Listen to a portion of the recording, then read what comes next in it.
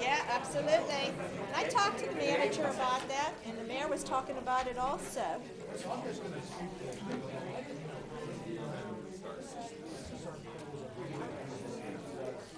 Let me go make some coffee. Yeah, let me go get copies of everything. Okay.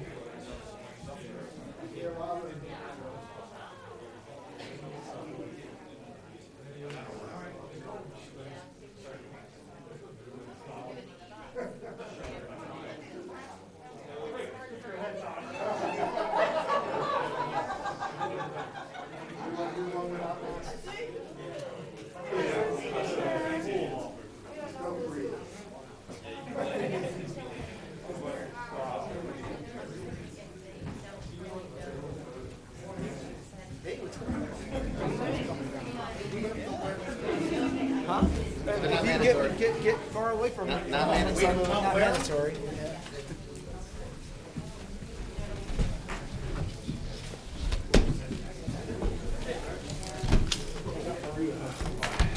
Okay. So how do you get all this borough resources dedicated to you? Because Maria votes. That's only when they come in, isn't it? Yeah. Yeah, from Meyer Dussel. Maria votes at 19 votes. Yeah, well, I mean, it's, yeah, this coming, no, well, It's this Wednesday. this Wednesday, right? Okay. Okay. Yeah, mine,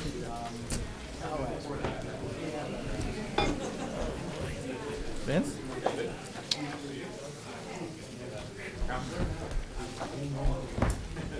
How was trivia last week? What do you say? How's it going? Next one again? How are you? Good. Ah. When you call me, they call me. She went back in her house reading. It's From here down or just here? This is three doors down from my house. I saw this all going down. Fire trucks and police cars. I don't have any idea. Oh, budget. I already got a big giant folder with the proposed budget. Yeah. Yeah, we're gonna be here a while tonight. President's comments right here. Okay. Okay.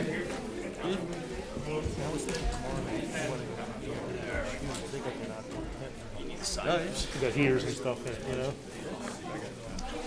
I'm not comfortable going into John Anthony's in the, you know, when there's no doors open windows. I hear you.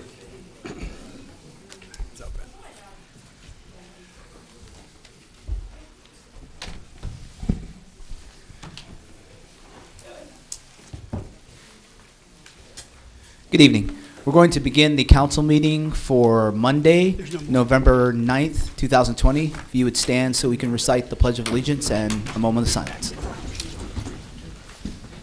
I pledge allegiance to the flag of the United States of America and to the republic for which it stands, one nation, under God, indivisible, with liberty and justice for all.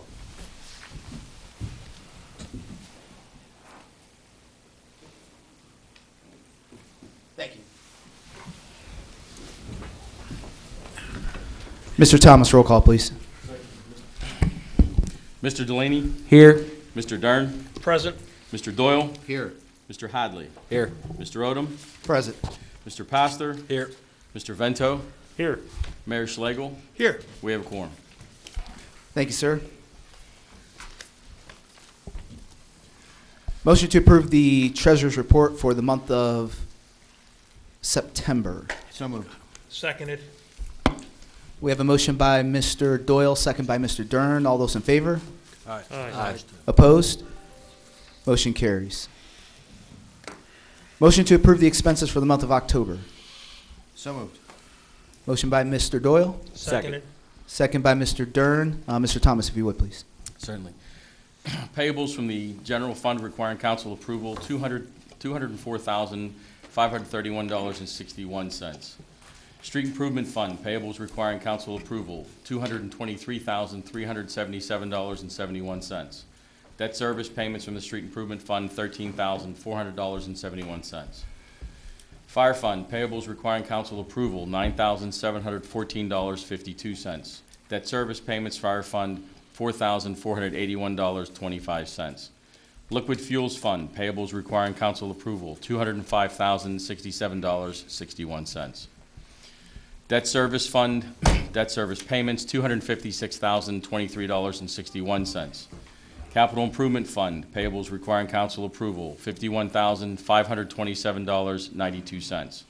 Flood mitigation fund, payables requiring council approval, $4,671.98.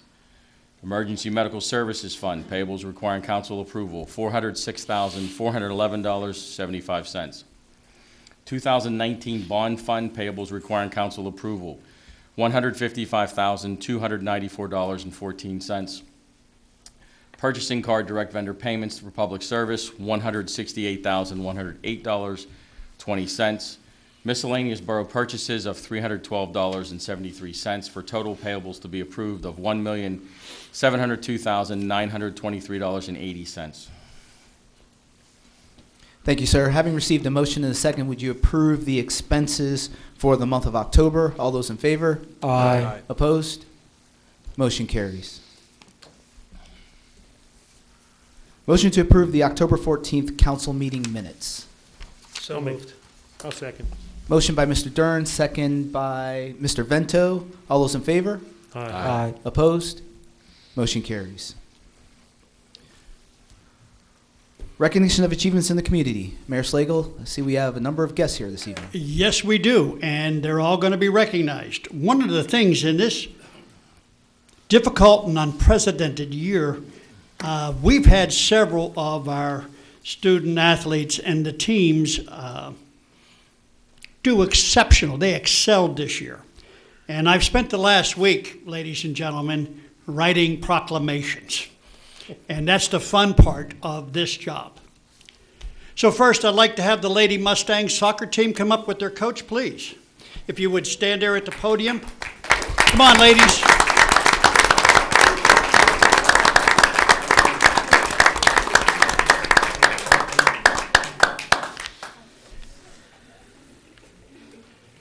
This is a proclamation honoring Plum High School's Lady Mustang soccer team. Whereas, Plum High School Lady Mustang soccer team achieved outstanding success in the 2020 season, winning the Class AAA Section 3 champions and heading to the WIPIO Championship for the second straight year. And whereas, Plum High School's Lady Mustangs achieved a 16-0 record for the 2020 season. And whereas Plum High School's Lady Mustangs represented Plum Boro with pride through their outstanding commitment to athletic excellence, a never-say-die attitude that put them on top, a strong commitment to family and community, and a belief in the power of teamwork to achieve success. And whereas the Lady Mustang soccer team includes 5 young women who have achieved excellence in soccer, playing major roles in the Lady Mustangs 2020 winning season. They are, and if you just step forward, please, Gina Proviano. She's not here? Gina had 20 goals and 13 assists. Caitlin Killinger, she had 15 goals and 13 assists. Jamie Seneca, Jamie had 1 goal, 9 assists. Annabelle Aaron, But they just said 14 goals. 14 goals, Mr. 14 Slagle. goals? I'll change that. Don't rip her off. Shorted you a couple. Hey, Don't rip her off. Jamie, you had 14 goals. Yeah, he can't count. No, I messed up. I'll change this and make sure I get a good copy. As I said, I've been writing all week. I'll get a good copy out, Jamie. I'll get it to you. You won't have it Okay, tonight. sounds good. And Caitlin, 15 goals, 13. Well, I did that one. Annabelle Aaron, 8 goals and 5 assists. And Ava Waleski, 7 goals and 4 assists. And whereas, in addition, 4 Lady Mustangs were named all-section players. Abby Lewis, Caitlin Killinger, Gina Proviano, and Jamie Seneca. And in addition, Caitlin Killinger, Gina Proviano, and Jamie Seneca were further honored by being named all WIPIO players. And whereas, Plum High School Lady Mustang soccer team was able to climb the pinnacle of success because of the support shown by the parents of the team's members, by the on-field work of quad captains Andrea De Inca, Abby Lewis, Jamie Seneca, and Samantha Stewart. And above all, through the ongoing leadership and sportsmanship of Coach Jamie Stewart and his staff. Therefore, I, Harry R. Schlegel, Mayor, as well as the members of Plum Boro Council, encourage all residents to join us in honoring the players, coaches, and supporters of Plum Boro's high school soccer team. In witness thereof, I have set my hand on this 9th day of November, 2020. Ladies, thank you. I'm going to give this to you, Jamie, and I will get you a new copy correcting. Yeah, that's kind of weird.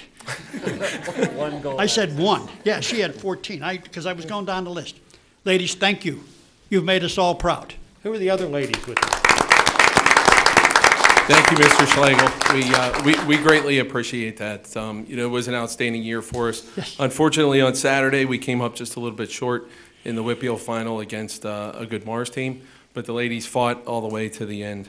It was with all the COVID distractions this year, it was very challenging for the girls, but with the focus that they maintained throughout the year, we were able to achieve the success that you talked about. So with us tonight, they mentioned Jamie Seneca was here. She's one of our captains. Samantha Stewart, Andrea Dinko, and then our 2 goalies, Erica Taylor and Kelly Kvortek, are here as well. They're 5 of our 8 seniors that we're going to be sad to see go. Thank you, Mr. Schlegel. Well, one of the things I forgot to do was, I like goalies. And I was saying, I thought I had in here, and I will put it in because I had the stacks on, and you couldn't have won without the goalie back there. Right. That defense pays off. I will make sure I get that in this revised edition. Thank you. Thank you. Thanks, guys. Thank you, ladies.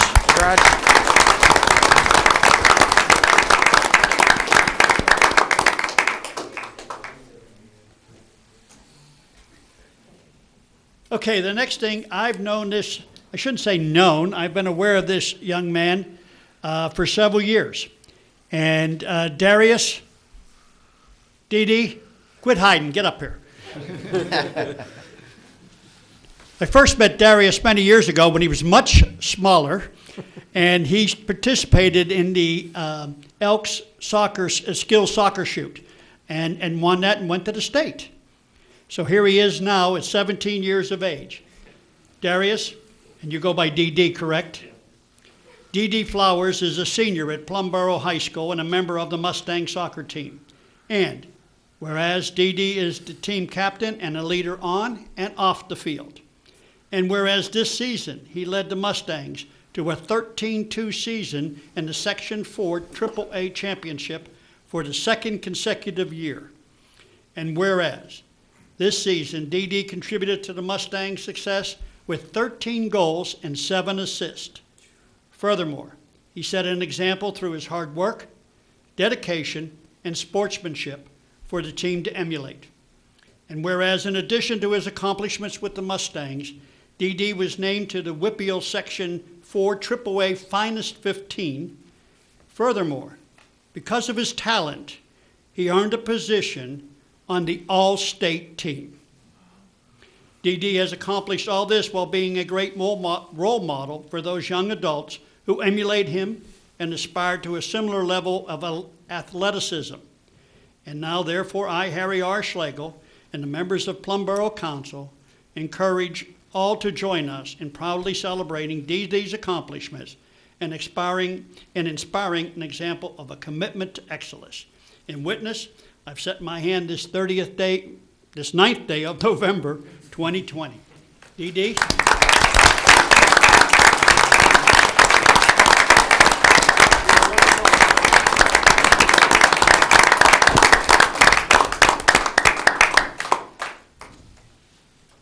We're not done, guys.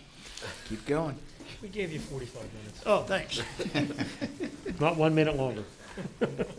Is the girls' volleyball team here by any chance? Or their coach? Nope. Okay. This is a proclamation honoring Plum High School's 2020 girls' volleyball team.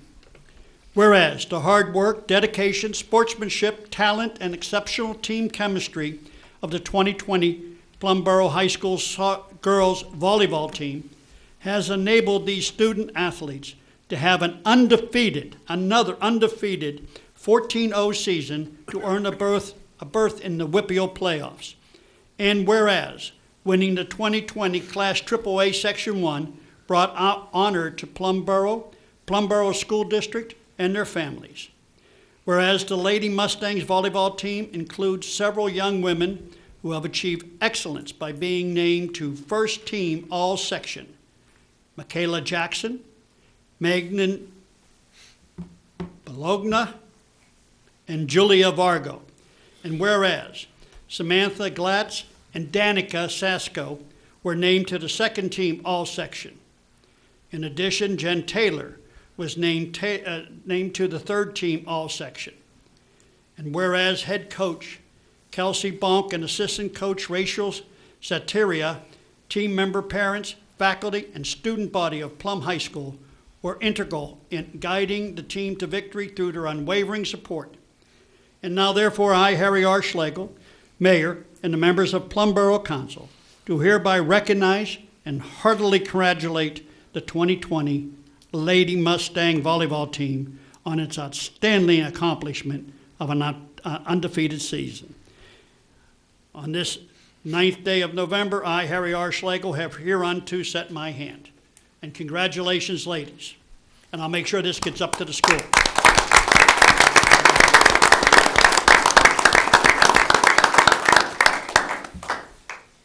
And as I said, this is a proud moment and a fun moment for me to recognize, I think all of council, to recognize these young student athletes.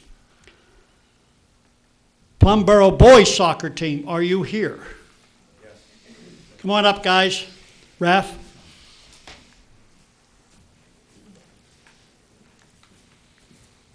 I don't know what's in the water, but these guys, all these teams have been doing just outstanding.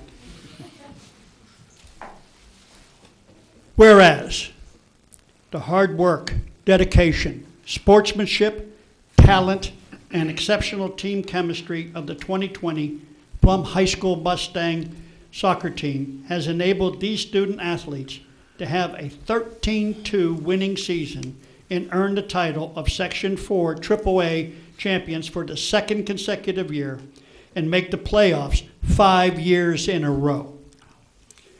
Whereas several members of the Mustang soccer team needed to be recognized individually for their contributions, and they are leading scorers, Cannon Kuchenik, 13 goals, 6 assists.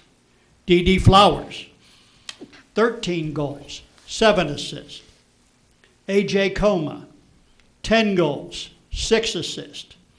Luke Kolinkowski, 9 goals, 12 assists. And goalkeeper Gabe Kuhn with 9 shutouts. Wow. And whereas this season, several players played pivotal roles in the success of the team, including captains D.D. Flowers, A.J. Coma, Cannon Kuchenik, and Michael Waleski. Their leadership on the field contributed much to the success of the team.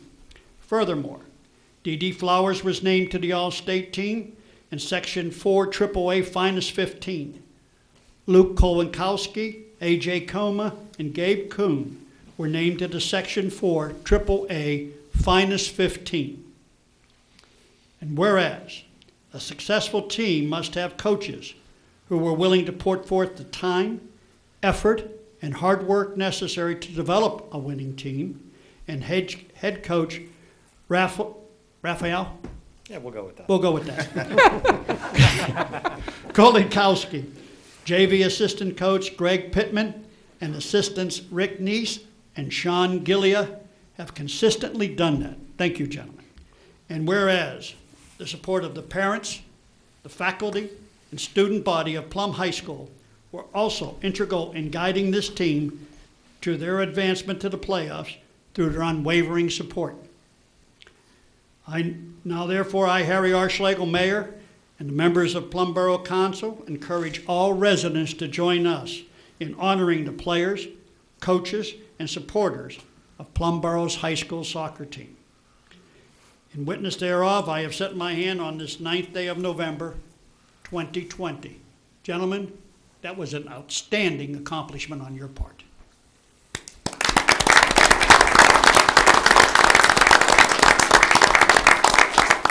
Since I get 3 minutes, do I get all of them? I mean, I'm taking all the time, guys. Well, I'd like to thank Mayor Schlegel, President of the Council, Mr. Odom, everybody else here, Mike Thomas, the borough manager. I think this is great for all the kids, all the sports involved. Congratulations to volleyball, undefeated section champs, football, undefeated section champs, girls soccer, undefeated section champs, and boys had to have that one loss, section champs. I think it's been a long, long time when all four fall sports actually did something like this. So hopefully we can continue this for many years to come. I know most of the coaches over here, football, I think there's a lot of talent. The girls are loaded, and we'll have to reload and come back here next year. I'm just glad we got our season in. With COVID, we were 2 weeks away from yes or no, and literally it was the last week when Whitfield finally said, yeah, we can play. So I'm proud of these guys. They were leader on the field. We did have some adversities, injuries throughout the season, but they all stepped up. Nobody complained. The three seniors here, I'm going to miss these guys. Obviously, it's my 5th year here, and you get close to the players after a while, so when they leave, it is going to be, I might have a tear or two, but I'll be okay. But again, thank you for this. I think this is great. Thank you. Thank you, guys. Congratulations.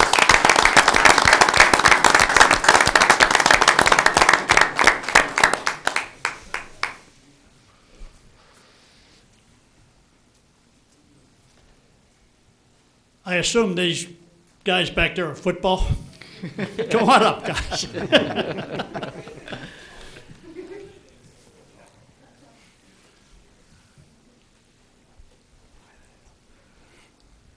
Whereas the hard work, dedication, sportsmanship, talent, and exceptional team chemistry of the 2020 Plum High School Mustang football team resulted in a 7-0 undefeated season, the first since 1977, and an 8-1 overall season record. And whereas advancing as far as they did to the second round of the Whitfield Quad A Section 2 semifinal playoffs since 1996 has brought honor to Plum Boro High School and to Plum Boro. And whereas this season, several players played pivotal roles in the success of the team. And if you'd step forward if you're here, please, including captains Evan Azara, Reed Martin, Matt Matolsky, Logan Brooks, Ryan Eubner, and Preston Sunday. Your leadership on the field contributed much to the success of this team. And whereas the Mustangs were able to unite the community during this difficult and unprecedented time by galvanizing everyone to following their Cinderella story. And whereas head coach Matt Morgan and the entire coaching staff, team member parents, faculty, and student body at Plum High School were integral in guiding and encouraging the team to their advancement in the playoffs through their unwavering support.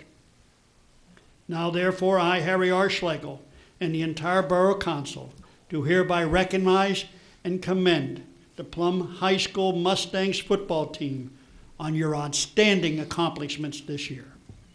Further, I urge all citizens in Plum Boro to join us in recognizing and celebrating the team's achievements and wish the members of this team continued success on the gridiron and in the classroom. In witness thereof, I have set my hand on this 9th day of November, 2020. Gentlemen, can I ask you to give this to Matt Morgan, your coach? Guys, fantastic season.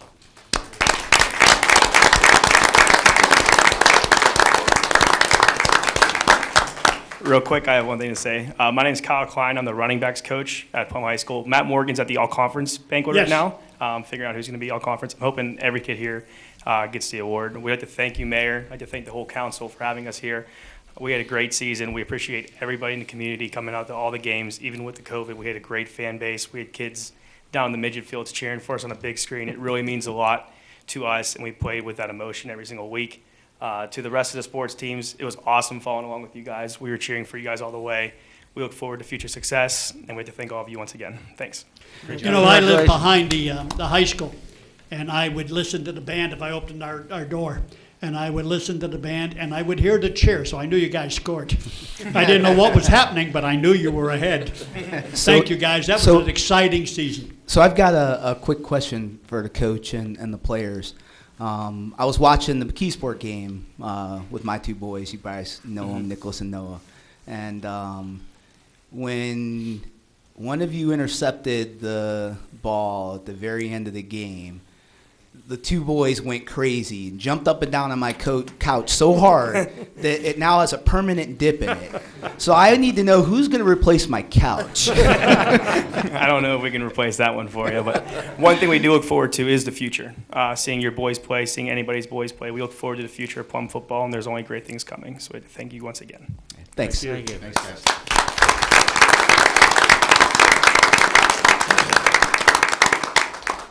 Now, one thing. This is a proclamation honoring Plum School District's 2020 Mustang student athletes.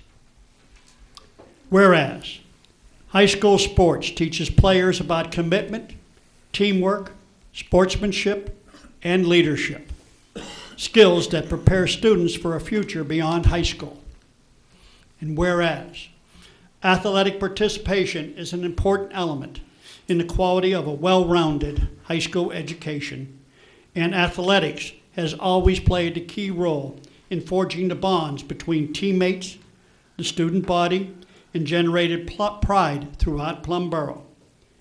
And whereas, the hard work, dedication, sportsmanship, talent, and exceptional team chemistry of the 2020 Plum High School sports teams has enabled these student athletes to excel during this most difficult year with playoff berths and accolades.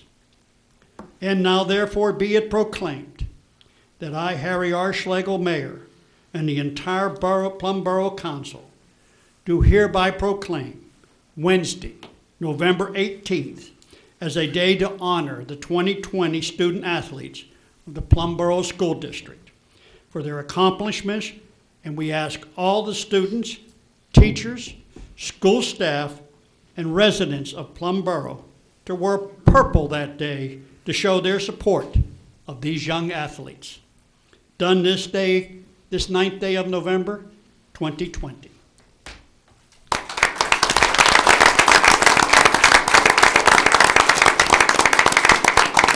Now, ladies and gentlemen, as you move through life, as you move on from here, let me give you a little saying that should help you in your future. If it is to be, it is up to me. That's all you have to remember. No one else. If it is to be, it is up to me. When things get going tough, that's all you got to say to yourself. If it is to be, it is up to me. And again, ladies and gentlemen, and I ask council to stand, please. Outstanding season.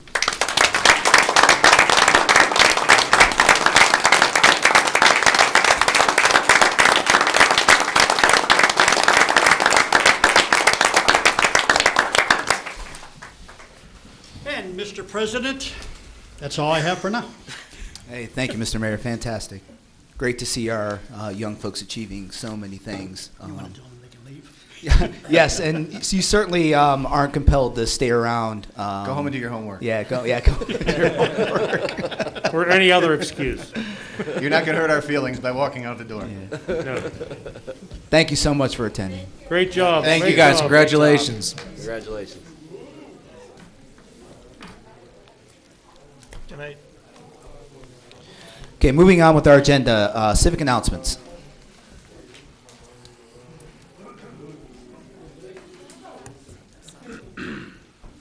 Good evening. Well, that's a tough act to follow. Yeah. So we're going to go from youth to wisdom. And I haven't been here in a few months. I'm Karen Hochberg. I run the Plum Community Center, which has the bulk of the community's senior activities. So I want to give some updates. One thing, we remain closed to the public due to the Pennsylvania Department of Aging and the County Department of Aging taking a slower approach given COVID and the population that we serve. But I do want you to know that it's been, we also had to adapt and call new plays, so to speak.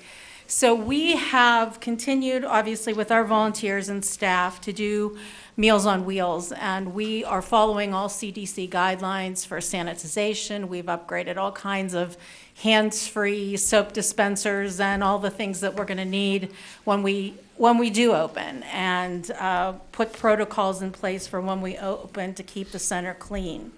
The other thing that we've done is we make hundreds of wellness calls each week from the database of the people who've come to the centers. So we want to plug in to folks to make sure they're doing okay, primarily for those that have become more frail due to the lack of engagement. I mean, social isolation is bad for our seniors. We've seen that from people who've been able to come to our center for lunch, who no longer have been able to do that. We've put them on Meals on Wheels delivery, but some of them can't even drive anymore. Within the 6-month period, we've had 2 or 3 people that have declined to the point they don't drive anymore. So that socialization at the center is very important. We were one of the first centers that put all of our silver sneakers and exercise classes out on Zoom. So it's been a fun learning experience, and we will keep Zooming, which is going to be a good thing. For those that can't come in the winter, we will retrofit our fitness center for our instructors to be able to, when we're able, to do exercise in the room and still allow people to Zoom in, because it's helped people that normally wouldn't have been able to come to the center. We are also doing craft classes via Zoom, and we've partnered a lot with the Community College of Allegheny County, the Virtual Senior Academy, to make sure that there is programming available for seniors. So anybody watching this, any seniors who are not connected, which please call the center, 412-795-2330. There are programs out there that will help us, but there isn't enough. The one big gap that we're learning in the aging is that a lot of our seniors may have well, not a lot don't have smartphones, but the ones that do don't know how to use them to their full capabilities, right? And we have a big gap in those that we would like to get, tablets to. We've done one-on-one calls, even gone to a couple people's houses to get them set up so they can exercise. So we have a gap in technology that we're going to have to address with helping people. So maybe we can partner with the school or something. That's something that we need to look at moving forward. We're also going to take the time to refresh the center a little bit. The borough has been generous. We're using some of our budget. We're going to paint. We had to reconfigure our furniture because we're going to have, when we do go through the opening, hopefully we'll be able to do one-on-one INR soon with appointments. Any other things that we've done or moving forward, any things that we do, any bingos, any exercise, will have to have pre-registration. So you'll have to call the center, make a space, because we'll have limited capacity. We've been doing a lot more direct mail to our seniors so that they know what's going on. I want you to know that too. What else do I want to tell you all? The next phase, we're expecting we might not be able to actually have phase 1 opening, where we'll be able to do yoga, tai chi, and all the classes that we used to offer in limited numbers, not until probably January. And I'm hoping it's January that this spike is not as big that we're experiencing. And we've had to put a lot of protocols in place, a lot of, as you know, documents that government requires us to have, a lot of procedures. So we've written all those. The one fun thing I do want to tell people, we've done bingo via the phone. Bingo is, so anybody sitting at home, we've partnered with all the centers in Allegheny County to do a big bingo online. And that one, with all the centers, is coming up on November 12th. But we're also doing Just Plum. We miss our bingo ladies. They used to come on Tuesday afternoons. We miss them. So we're going to do Zoom and just phone call bingos on November 10th and December 8th. For details, call the center. If you want to play bingo with us just using your phone, 412-795-2330. We can get you cards. It will be called and you can listen, and the center is funding some nice prizes, $25 jackpot, a special for $15, and the games will be $5, which is higher stakes than they normally play for. So we're trying, and we hope this is over soon because we miss our seniors. So if you have any questions, I'm happy to answer them. Thank you for all you do for us. And we'll be at Plum Creek Christmas because we still like that, and we have to do our Share the Love efforts. So you'll see us in that capacity. But it's been an interesting 2020 for us. Thank you. Yeah, I just want everybody to know, too, I'm on the board at the center, so I just want to give Karen a lot of thanks. During this whole time, this woman hasn't stopped. She hasn't let down a bit. Matter of fact, she's picked up her game, if that's at all possible. I didn't think that was possible. She's just a major force in bringing the care to seniors up to current standards in Plum Boro, and I give her a lot of thanks for that. Thanks, Karen, again. Yeah, thank you. Thank you. Any other civic announcements? Before we leave this section, I did want to use this as an opportunity to just give citizens a brief update on the road closure over on Malabar. I was going to ask Mike Thomas to just kind of provide a quick update so people have an understanding of what's going on over on that area in Plum. So we don't have a time frame right now on the repair work. The engineer's office right now is working on a couple of repair scenarios. However, we are going to be required to get a permit from DEP to be able to do whatever the repair options are. As soon as we're able to put some figures together and a timeline together for the project with the proposed repairs, we can post that out on our website and put that out on social media so people can at least have a time frame to look forward to. But right now we don't have an anticipated time frame for opening Malabar right now. Thank you. And I would also like to report too, I'm sorry, Mr. President, that not that I want to pass the buck or throw anybody under the bus, as it were. This closure was required by PennDOT. This was not a borough closure. Thank you for adding that. I think it's important, for folks to understand, that was something that we were obviously forced to do by PennDOT. It wasn't something that we mandated. So as soon as we can get those repairs done, we'll provide updates, and hopefully we can get that road back open. Moving on to President's comments. I have a couple of items this evening. The first thing I want to go through is the Stormwater Task Force update. The Stormwater Task Force met on October 29th. We discussed a number of the long-term solutions, the two major long-term solutions. That update was provided by KU Resources. The drawings for the Old Block, Key West, and Center Beach projects will be submitted to the DEP by the end of November. We also had a discussion regarding potential for a program involving rain barrels. It was noted that the Conservation District currently has such a program that the borough could leverage and that we could encourage residents to participate in. We're even looking at potentially putting on an educational seminar for residents that would be hosted by the Conservation District if we can get them to support that. We'll be looking to discuss this with members of council during the work session meeting that already occurred on November 2nd. So more to follow on that. There was a number of work items that were completed since the last meeting, to include a number of retention pond and drainage swell maintenance work, work to repair stormwater infrastructure on Bar Harbor Drive, updates to the GIS system, and then a number of additional work that was part of the standard stormwater efforts that we have in the borough. We also took the time to discuss the meeting format. whether the meetings would potentially be open to the public or closed. After discussing the details and the ability to offer alternatives to keeping the public informed, the task force reached a consensus that the meetings would continue to follow a closed format.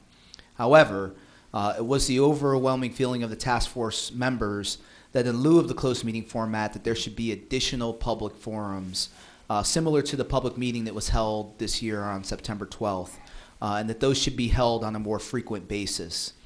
It was recommended that the periodicity of the public meetings be quarterly to ensure that there's a regular exchange of information from the Stormwater Task Force, and so that we can get input from the community on a regular basis. And then the last item that was discussed by the task force was reviewing the applicants for the open position on the Stormwater Task Force. And that recommendation is going to be provided to council to vote on during the December meeting. And that's the update for Stormwater Task Force. The other item that I wanted to excuse me, also bring up is about the voting that took place this past week. I know I had a number of residents who spoke with me when I was actually out to vote, and it seems that we've got an overabundance of people at some polls and not as many individuals that are at other polls. And the distribution of voters to polls across the number of districts that we have in the borough just really doesn't make a lot of sense or accommodate a process that allows people to get through the lines in an orderly and expeditious fashion. So we're actually going to look at this. We plan on approaching Allegheny County and the election officials to see what can potentially be done about modifying the polling locations based on where residents in the borough live, and try to come up with a better distribution of voters across the respective polls in the borough. And then the last thing I wanted to bring up is that this Wednesday is Veterans Day, November 11th. Myself, I know, is a proud veteran. I know the mayor is a veteran. I'm not sure if there's any others up here. But definitely, for those of you who know veterans, please take the opportunity to thank them for their service. It's one of the most important things that you can do for those who have sacrificed so much to do what needed to be done to support freedom in the country. So again, this Wednesday, if you can take an opportunity to do that, it'd be greatly appreciated. And then finally, I want to turn it over to Mike Whittico, to provide an update on our budget for this year.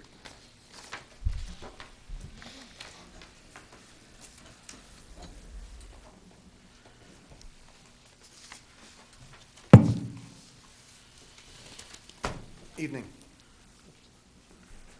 I can't believe it's another budget year, 2021. I want to say thanks to the Finance Committee, Mike Thomas, Dave Salazli, and all the supervisors below them for putting together another great budget year. Overall, across all funds, we got about $19.4 million worth of expenditures. Represents about a $371,000 increase, or about 1.9% over the 2020 budget. Some of the major assumptions along the way is there will not be any real estate tax increase. In the upcoming year, total mills are at 4.78, and they're allocated across various funds. We've been notified that our healthcare costs for 2021 will actually be going down 0.5%, which is great news. We're assuming insurance and fuel costs going up by an average of 3%. In the budget, we've budgeted for the retirement of 1 police officer in the month of September. 3 Public Works employees will be retiring in the first quarter of 2021. Public Works replacements should be in place before the end of 2020, so we'll be fully staffed throughout 2021. We're also proposing a transfer before the end of this budget year in the amount of $300,000 from the general fund balance to the capital improvement fund, and we'll discuss that a little bit later. Quick overview of the general fund. Total revenues are at $13.7 million. Total Total expenditures were at $13.77 million.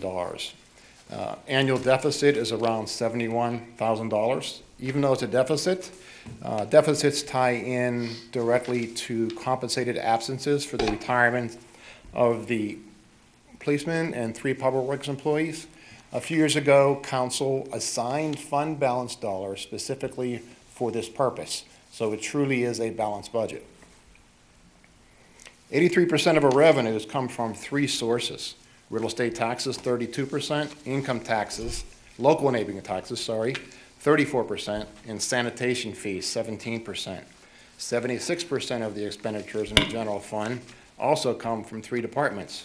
By far the largest, public safety, police department, 42%, public works, 19%, and sanitation, 15%. Taking a look at the general fund revenues, as I mentioned earlier, they were $13.7 million, an increase of $336,000 over the prior year, or 2.5%. Total real estate tax revenues are budgeted at $4.41 million, a 3.3% increase over 2020 budget. Local enabling taxes, which are earned income tax and local services taxes, are budgeted at $4.2 million. Licenses and permits, $786,000, predominantly made up of 2 sources: cable TV franchise fees, $589,000, and building permits, $110,000. We also have intergovernmental revenues, it's slightly under $1.4 million, made up of 3 large sources: state pension fund aid, $464,000, regional asset district funds, which is the 1% that we pay in sales tax for living in Allegheny County, $625,000. And contracted snow removal, $109,000. Sanitation revenues also bring in $2.28 million, and there's no sanitation rate increase built into the 2021 budget. Expenditures increased $463,000 over 2020, or 3.4%. Leading into the budget year, we have a planned police hire starting in December 20, tying into the retirement, December 20, tying into the retirement of September 2021. Bringing on 5 new hires in the Public Works Department, 3 of which are to replace retired Public Works employees, and 2 new staff. As mentioned earlier, health insurance going up 0.5%, or going down 0.5%. Insurance and fuel are being budgeted at 3% increases. Some department overviews. The Administrative Department decreased by 4.1%, total budget of $1.25 million. That's due to a staff retirement. Our property tax to budgeted is $85,000, decrease of 4.5%. IT department increased by 3.46%, or roughly $7,000. Our largest department of budget is our public safety or police department, 42% of the general fund budget.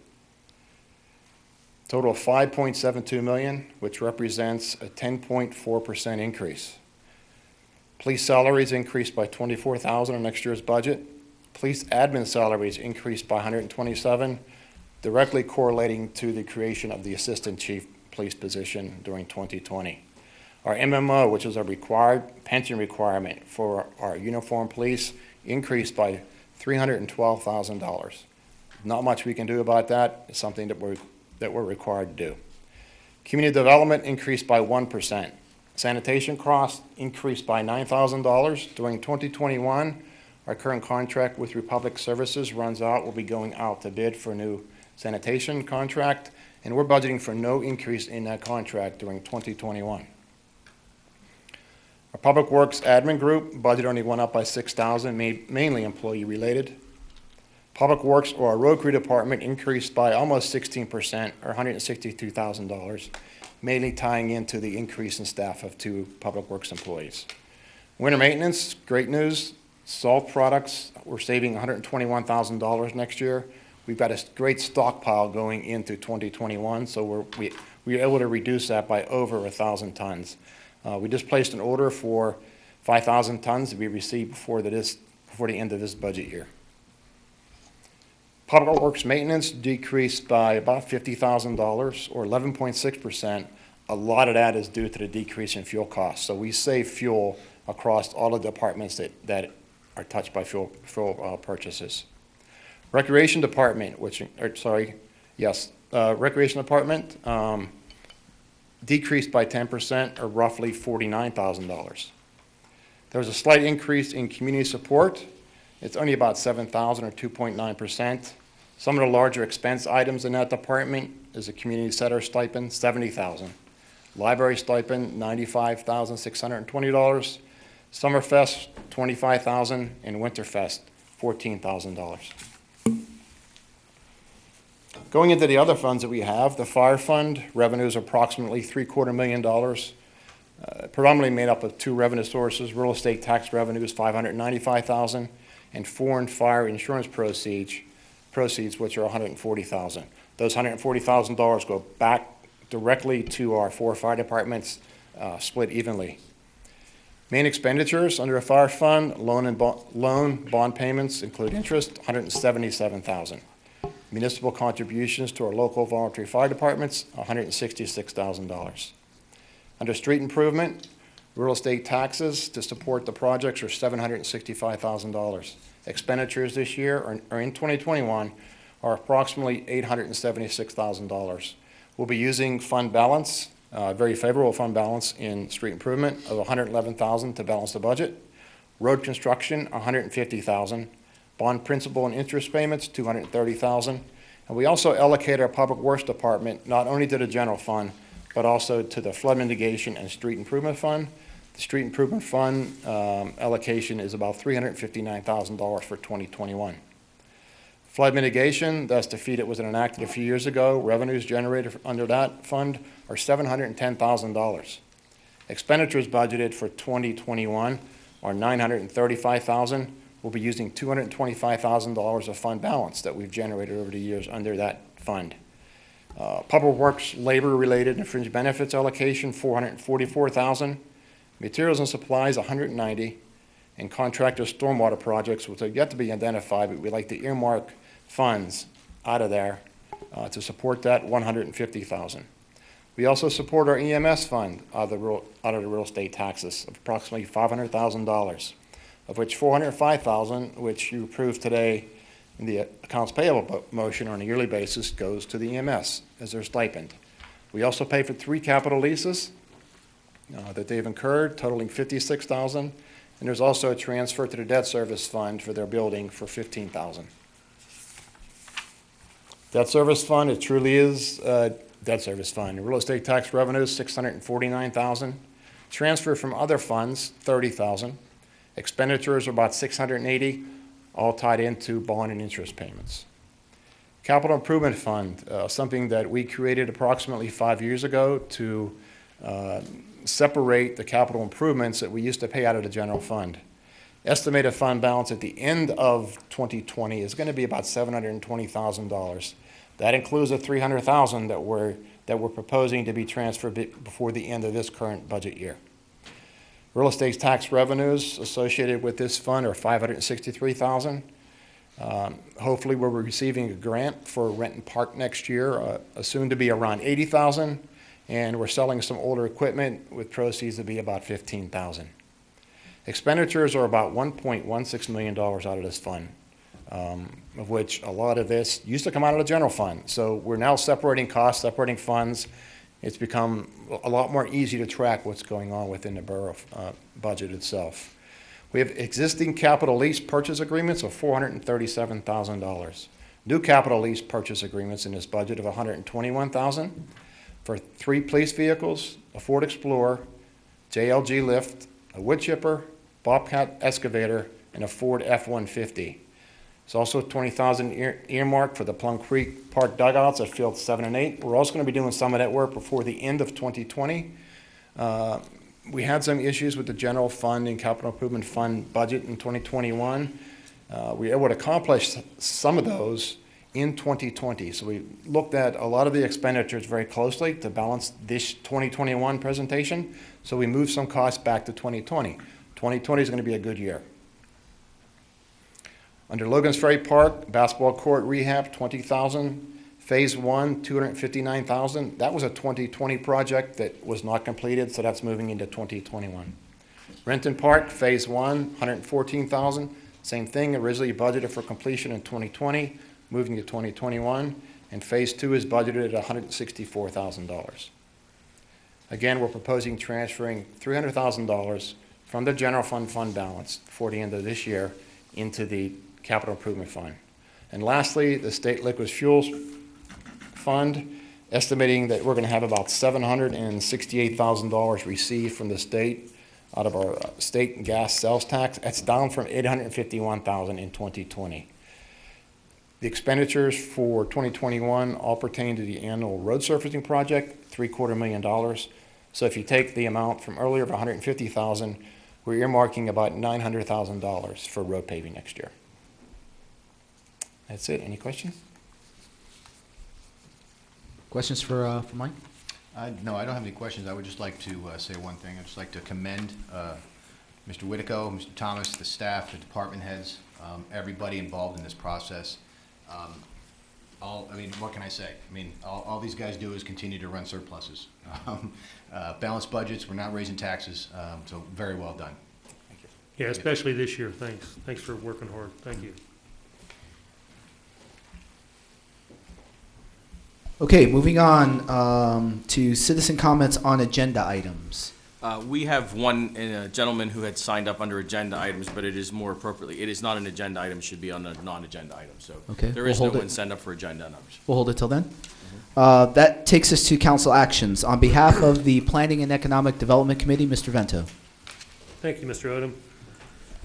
On behalf of the Planning and Economic Development Committee, I move to approve the Beal Simple Subdivision FSC-05-20, contingent upon the final review and approval of the borough engineer. Motion by Mr. Vento. Second.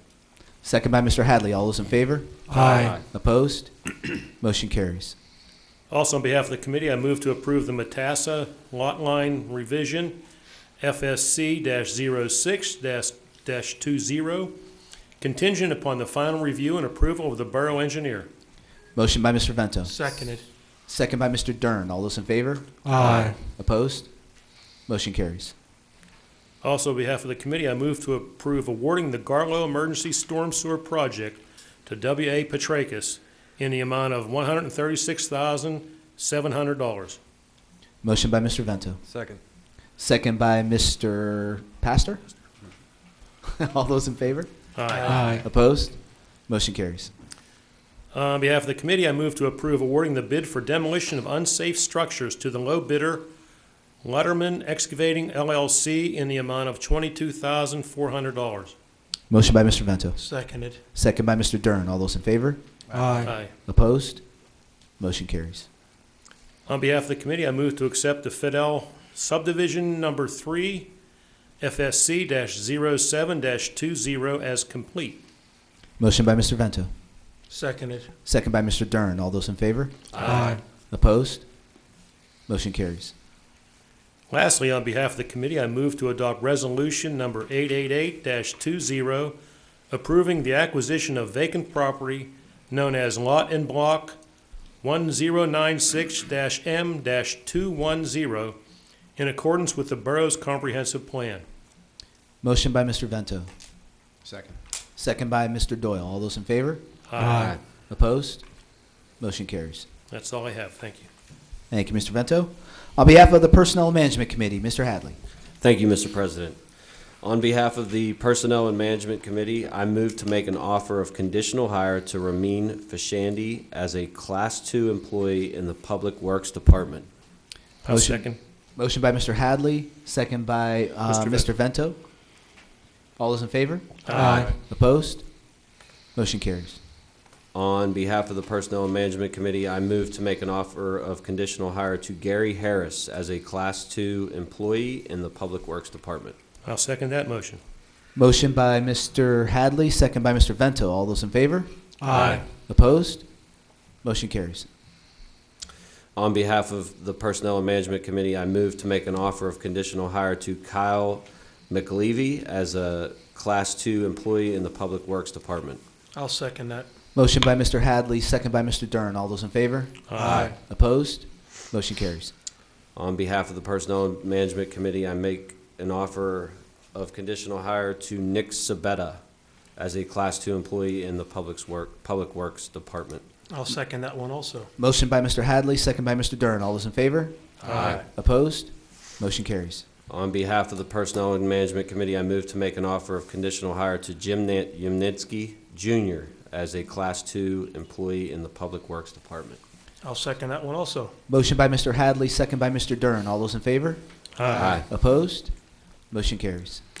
On behalf of the Personnel and Management Committee, I move to make an offer of conditional hire to Michael Hooper as a patrolman in the Police Department. Motion by Mr. Hadley, Second. second by Mr. Dern. All those in favor? Aye. Opposed? Motion carries. Also, on behalf of the Personnel and Management Committee, I move to approve a cost of living increase for a retired police officer as recommended by the Borough Actuary. Motion by Mr. Hadley, Seconded. second by Mr. Dern. All those in favor? Aye. Opposed? Motion carries. And finally, on behalf of the Personnel and Management Committee, I move to approve a cost of living increase for a second retired police officer as recommended by the Borough Actuary. Motion by Mr. Hadley, I'll second that one. second by Mr. Vento. All those in favor? Aye. Opposed? Motion carries. And that is it. Thank you, Mr. Hadley. On behalf of Public Safety, Mr. Dern. Thank you, Mr. Odom. I would like to take this opportunity on behalf of the Public Safety Committee to add to the agenda a resolution for the borough to apply for a grant from the Flood Mitigation Assistance Program. We have a motion to add an item to the agenda. I'll second. Second by Mr. Vento. All those in favor? Aye. Okay, motion is now on the agenda, and we are opening it up for public comment.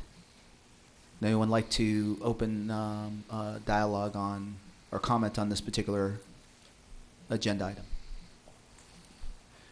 Seeing none, we have a motion by Mr. Dern,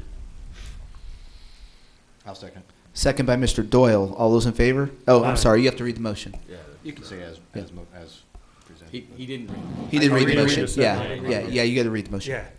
I move to adopt resolution number 890-20, designating the borough manager as the agent of the borough for the purpose of applying for federal assistance through the Flood Mitigation Assistance Program.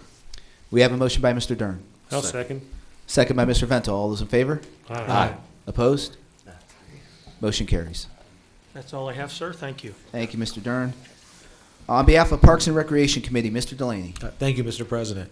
On behalf of the Parks and Rec Committee, I move to adopt Resolution Number 889-20, authorizing the submittal of a joint active Allegheny grant between Verona, Oakmont, Penn Hills, and Plum Boro. Motion by Mr. Delaney, I'll second. second by Mr. Vento. All those in favor? Aye. Opposed?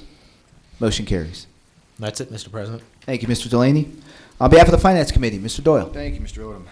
On behalf of the Finance Committee, I move to authorize to advertise the proposed 2021 budget. Motion by Mr. Doyle, Seconded. second by Mr. Dern. All those in favor? Aye. Opposed? Motion carries. Also, on behalf of the committee, I move to advertise the proposed 2021 real estate tax ordinance. Motion by Mr. Doyle, Second. second by Mr. Hadley. All those in favor? Excuse me, Mr. President. Yes. We're so used to advertising the real estate tax ordinance every year, and we forgot that effective 2019, the state legislature allows you to adopt the real estate tax ordinance by resolution. So that will be a resolution as it was in 2019. It will not need to be advertised, but we would like council to make the motion to recognize, so that the public is aware that we will be adopting a real estate tax resolution at the same rate for 2021. So should the motion be revised to authorize the resolution of the proposed 2021 real Correct. estate tax ordinance? On behalf of the committee, I move to advertise a resolution for the proposed 2021 real estate tax ordinance. Okay, we have a motion by Mr. Doyle, Seconded. second by Mr. Dern. All those in favor? Aye. Opposed? Motion carries. On behalf of the committee, I move to authorize the advertisement of the proposed 2021 earned income tax ordinance. Motion by Mr. Doyle, Second. second by Mr. Hadley. All those in favor? Aye. Opposed? Motion carries. And I move to authorize for the advertisement of the proposed 2021 local services tax ordinance. Motion by Mr. Doyle, Second. second by Mr. Pastor. All those in favor? Aye. Opposed? Motion carries. And finally, Mr. President, I move to approve the ordinance authorizing the borough to incur lease rental debt in the amount not to exceed $12,500,000, guaranteeing up to $12,500,000 for the water and sewer revenue bonds series of 2020 to be issued by the Plum Boro Municipal Authority. Motion by Mr. Doyle. Seconded. Second by Mr. Dern. All those in favor? Aye. Opposed? Motion carries. That is all, Mr. President. Thank you, Mr. Doyle. That concludes council actions. Moving on to the mayor's report. Mayor Slagle. Thank you, Mr. Odom. In the month of October, we had 852 calls for service. That's about the norm that we've been following all year. This is now the time where I talk about my, I'm not supposed to say this, but idiot awards. Constantly amazes me. The ATS radar display was deployed at 1430 Abers Creek from September 28th through October 28th. 25,520 vehicles. This constantly amazes me, the amount of traffic that travel our roads. It's posted at 25 mile an hour, but somebody had to go and do 49.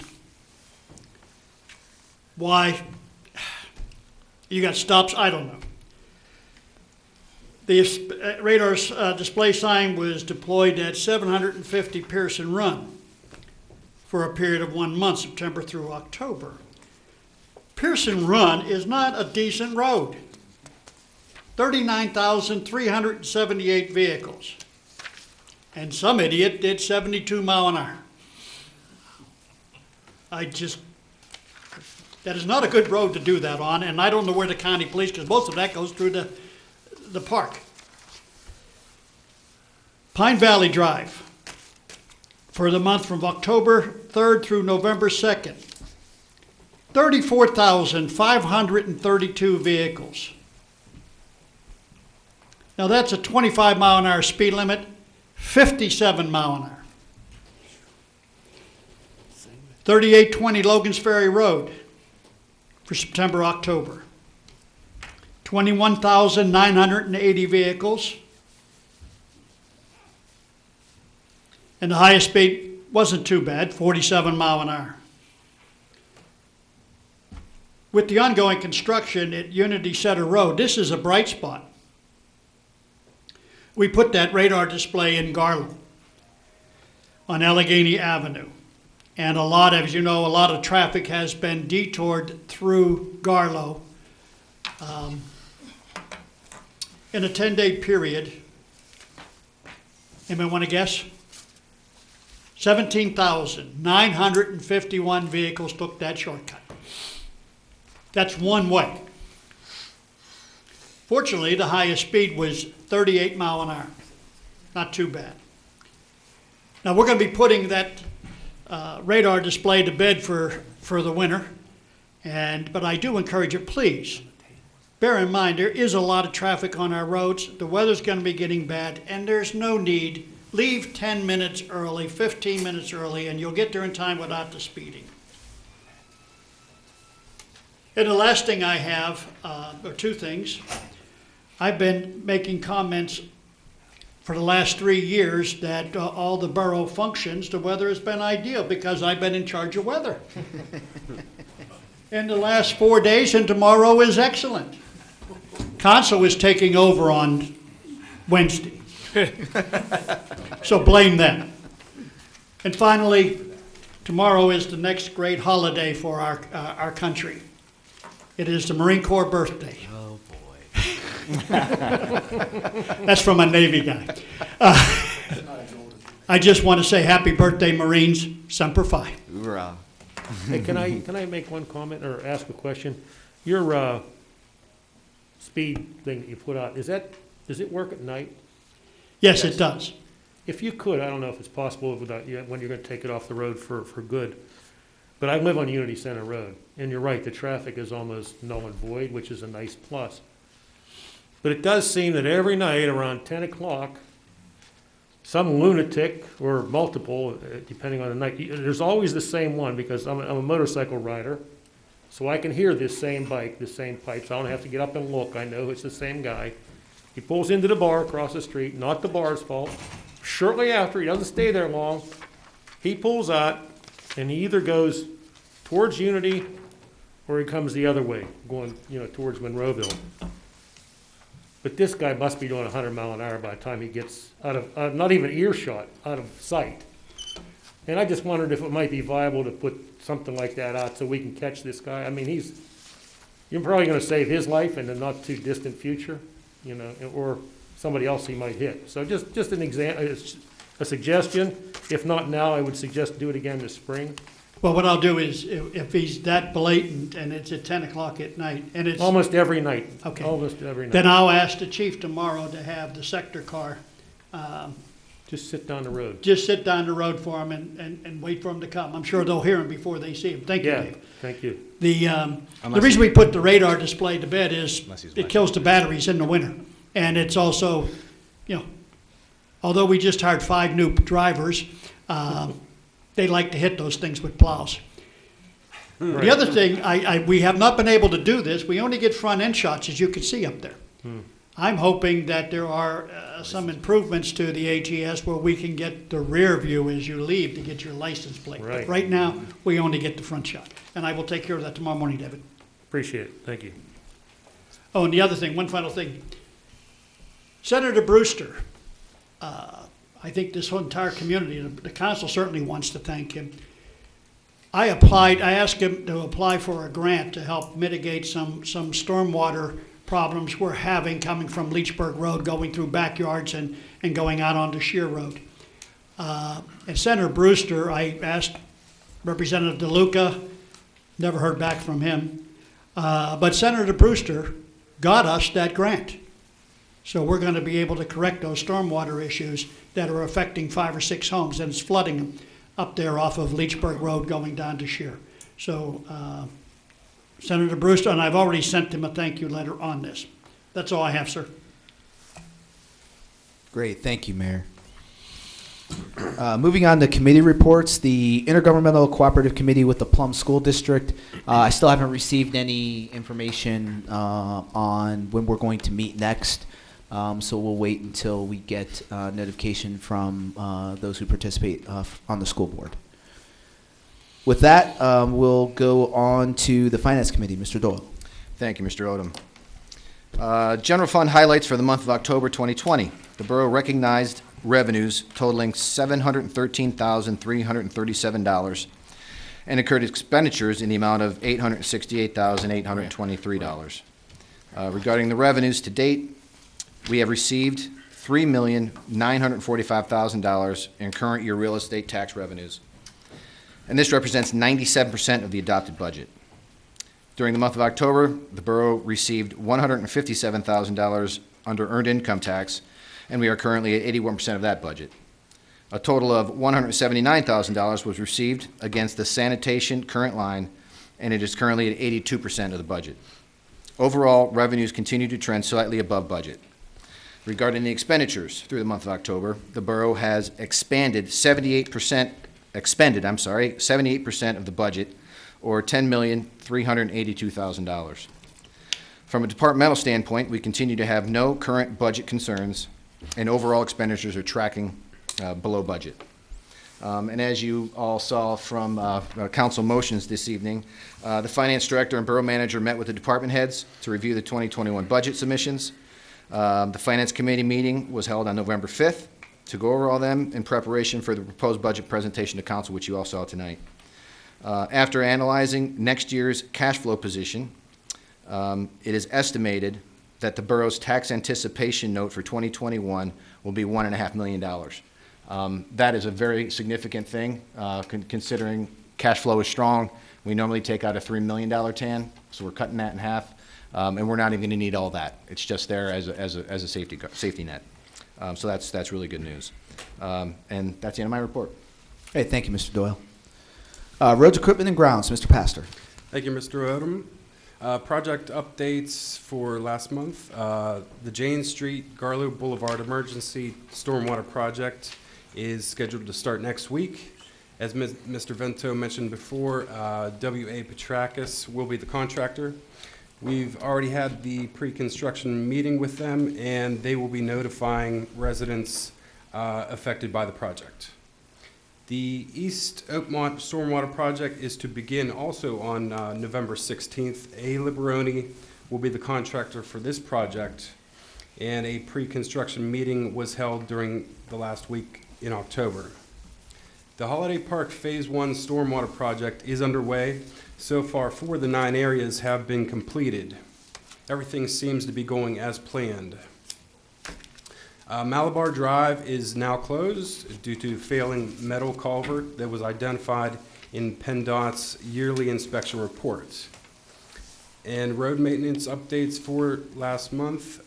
We completed the installation of 1 pipe crossing and repair of 3 inlets on Bar Harbor Drive. We milled and did asphalt repairs on Drennan Road and also did some tree trimming of the trees hanging over the roadway. We milled and did asphalt repairs on Barking Road. We did inlet repairs, road berming, and cleaned brush and removed trees near the Barking Slopes parking area. We did maintenance work on the retention pond in Rockland Manor. We repaired an inlet on Palmer Road and did base repairs on Maple Road in Frankstown Acres. We've completed crack sealing in Cherry Springs area and Mark Haven. We will continue patching potholes, making curb repairs with hot asphalt mix, and we used a total of 81 tons of asphalt for infrastructure repairs and 80 tons of asphalt for pothole patching and curb repairs reported to the department. We installed new street signs with the borough logo on them on the roads that were newly paved, and we installed new street signs where necessary. Also, leaf pickup started with 1 truck. We are now using all 3, and we have been getting some complaints about missed pickups in cul-de-sacs. This is because cars parked in the cul-de-sac, and we could not get the truck and trailer in there, so don't park in the cul-de-sac on your pickup date. End of report. Thank you, Mr. Pastor. Public Safety, Mr. Dern. Thank you again, Mr. Odom. Mr. Maloney couldn't be here tonight of a prior commitment, so I am going to read the Plum EMS October 2020 report. Total responses for the month were 268. Total patients transported, 160. Responses to other communities for mutual aid, 39. 22 of these responses resulted in a transport to the hospital. Total mutual aid received in the Plum, 6. Out of all the requests for EMS in Plum, 3% were turned over to neighboring EMS agencies. News, crew members of the Plum EMS participated in the trunk or treat festivities at the Plum Midget football field. 4 Plum EMS vehicles drove around the neighborhoods of Plum Boro during trick-or-treating on Halloween. Crew members were also handing out candy to the kids during this time. And Plum EMS hosted an emergency vehicle operations course as a continuing education training for Plum EMS crew members in October. And I'd just like to make a comment. After going over all these responses or these reports for the past 11 months here, the Plum EMS management are doing a phenomenal job. If you look at the numbers, they're triple, quadruple the amount of times Plum has to go into other communities around here to do mutual aid. And for the responding communities around us to come in here, I mean, it's barely even one hand. So kudos to Joe and Brian and the rest of the board for really doing a phenomenal job protecting our citizens 24/7. So that is my report. Great, thank you, Mr. Dern. Planning and Economic Development, Mr. Vento. Thank you, Mr. President. The Planning and Economic Development Report for October 2020 as follows. There were 109 permits issued and $13,936 in revenue. The planning, I was able to attend both of these meetings, the Planning Commission and a Zoning Hearing Board meeting. Just a couple highlights or what brought my attention. The St. John the Baptist parking lot expansion was postponed, was tabled due to the fact that they needed to look back at their, a lot of the people thought that they should look back at their entrance of their proposed new parking lot and the way it was going to come out onto Miller's Lane.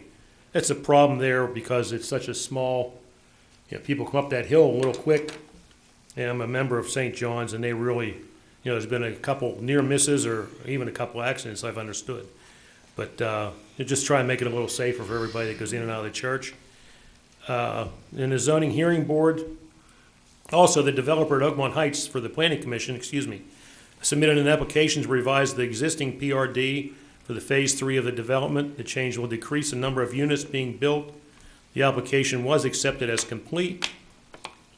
And also the developer of Oakmont Heights submitted an application for preliminary final land development for the third and final phase of Oakmont Heights. The application was accepted as complete. The zoning hearing board, there was only two things that were before the board that night. It was Michael Jezik, owner of 820 Unity Center Road, was granted a special use exemption for the expansion of a non-conforming use for the construction of a commercial building addition. That's, for those of you who don't know the name, recognize the name, that's Matt's Machine there on Unity Center, down off the road. Everybody wonders why can that be allowed on, a residential area. It's because it's been down there before most of the least recent development has gone on there. And you can't see it from Unity Center Road. He's down off, well out of the way. And they've been a good partner in the community. I know I've never been impacted negatively by them being there. And also Matthew Podobnik, owner of the 1932 Old Leechburg Road, was granted a use by a special exception for the expansion of a non-conforming use for the construction of a residential detached garage. And also during the month there were multiple meetings, most of them just pretty much routine stuff between the borough staff and different entities that have to come before them. The one that stuck out for me was they attended a pre-application for a developer concerning a potential planned residential development, so that's nice. Somebody else new coming into the community. The housing plan issues. Applications received for Oakmont Heights, finalized the winter maintenance agreement for Parkside Estates. Borough property-related issues. The fuel tank was removed at the old public works site, which is, getting it out of the problem of maybe become a hazard in the future, an environmental hazard. So that's good. Utility and right-of-way issues. Chevelle Court, all infrastructures and swales. This is all that the GIS work was complete over the last month. It's been an upgrade situation for our borough GIS. Chevelle Court was one of them, Bar Harbor Drive, the Highlands Sports Court Retention Area. That's the,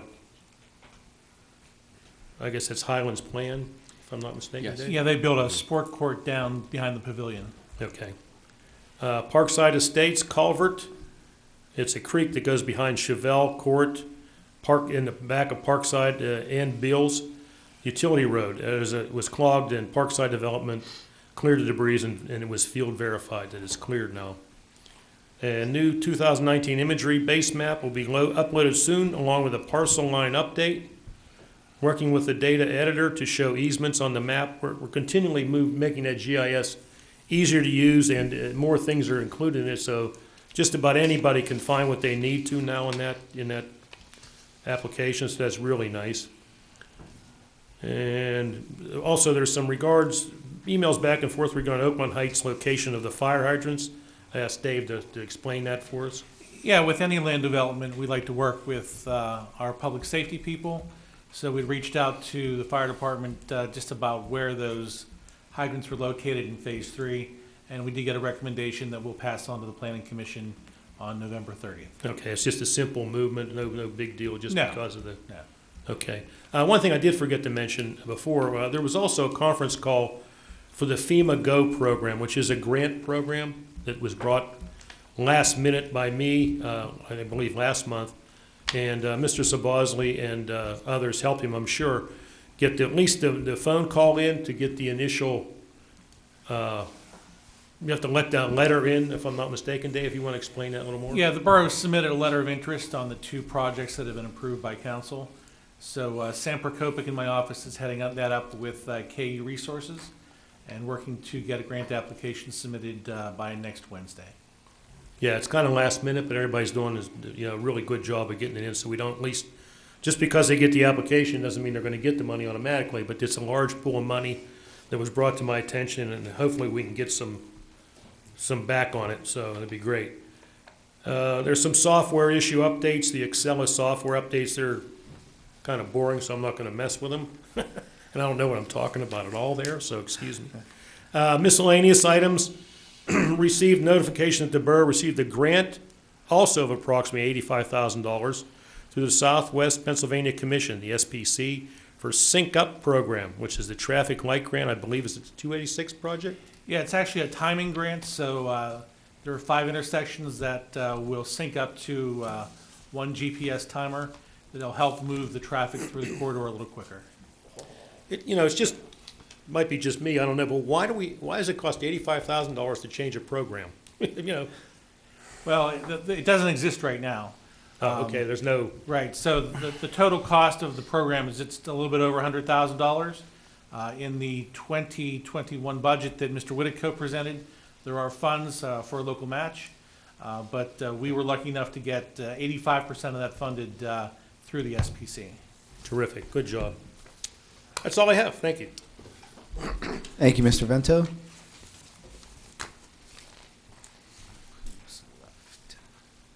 Parks and Recreation, Mr. Delaney. Sorry about that. No, it's fine.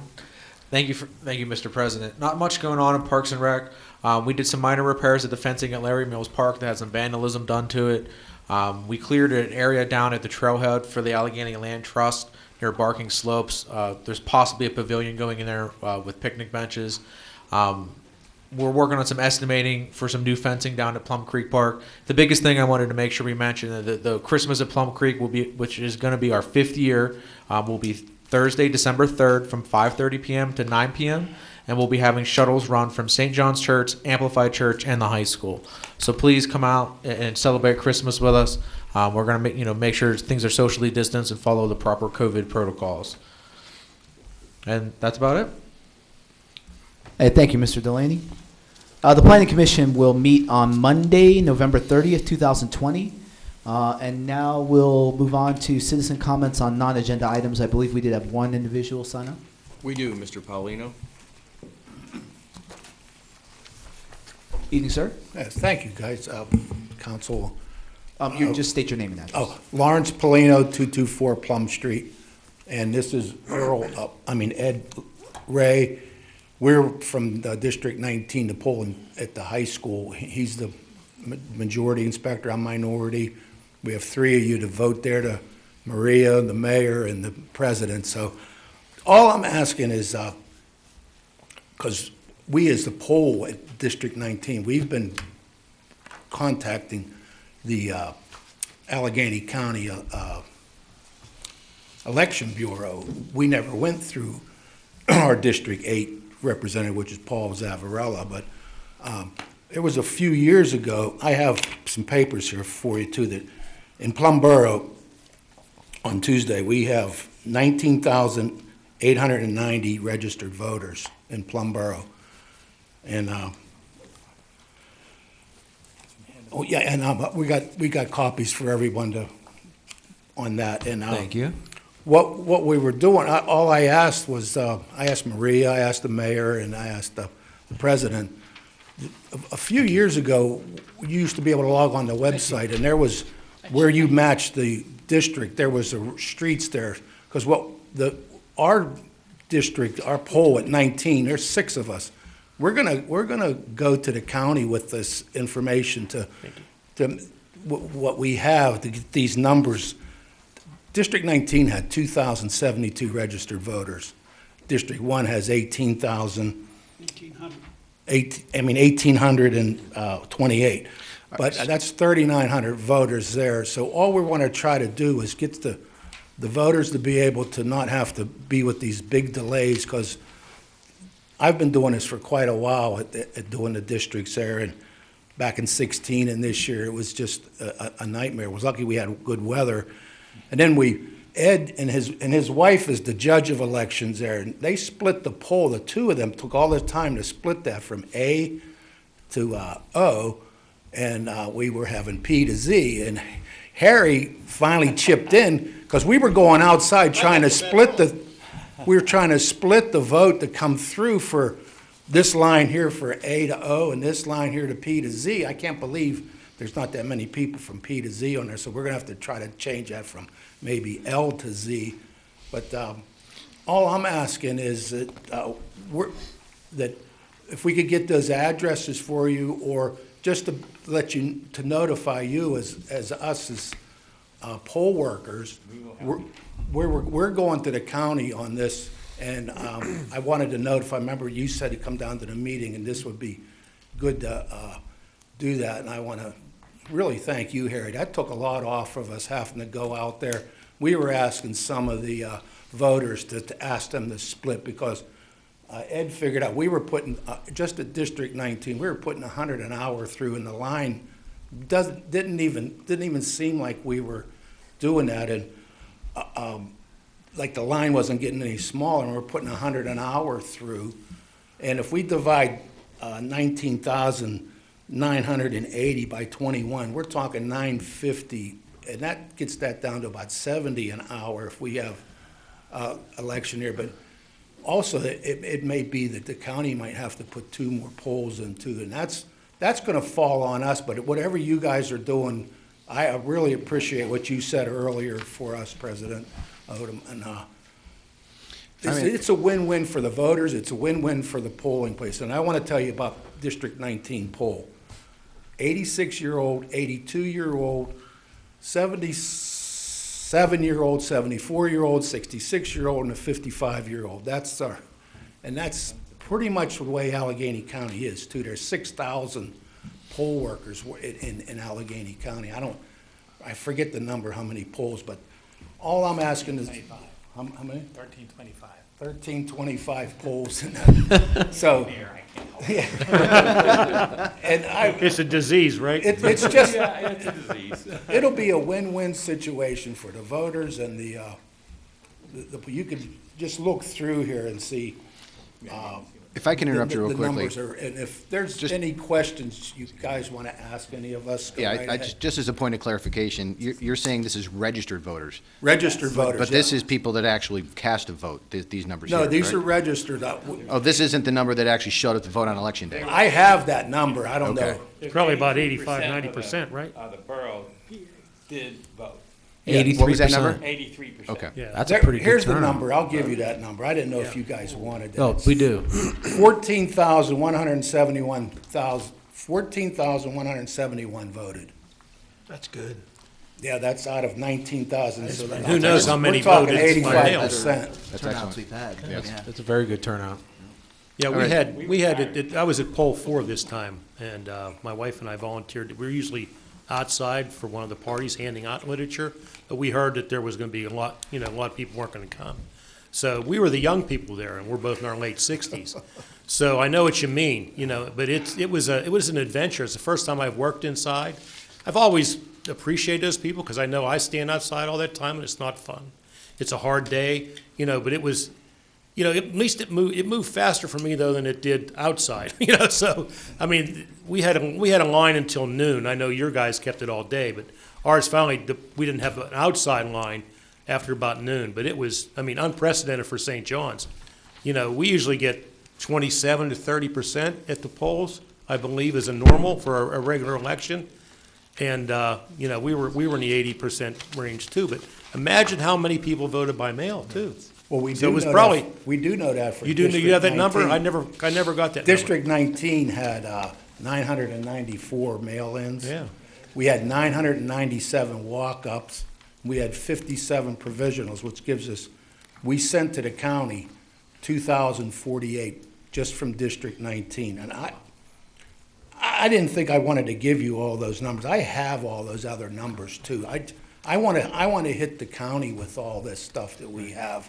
Because they've been ignoring us for at least 4 years. Yeah. We were talking about this earlier when I was making my statement, and what we want to try to do is get a group of people together to put together a strategy on how we can approach the county to make something like this happen.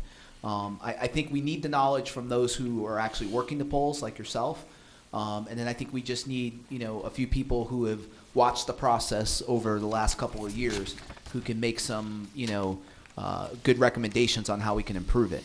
Because I know I was talking to some people when I was voting, and they were saying, well, how do I know if I'm in 1 or 19, and which line do I stand in? Just if we had some signs that we could put up that show people which line they were supposed to go in would be huge. Yeah, what plan of homes, like, with the one Right. pole? And I don't know, do you have this, a copy of this list that includes the actual streets for each?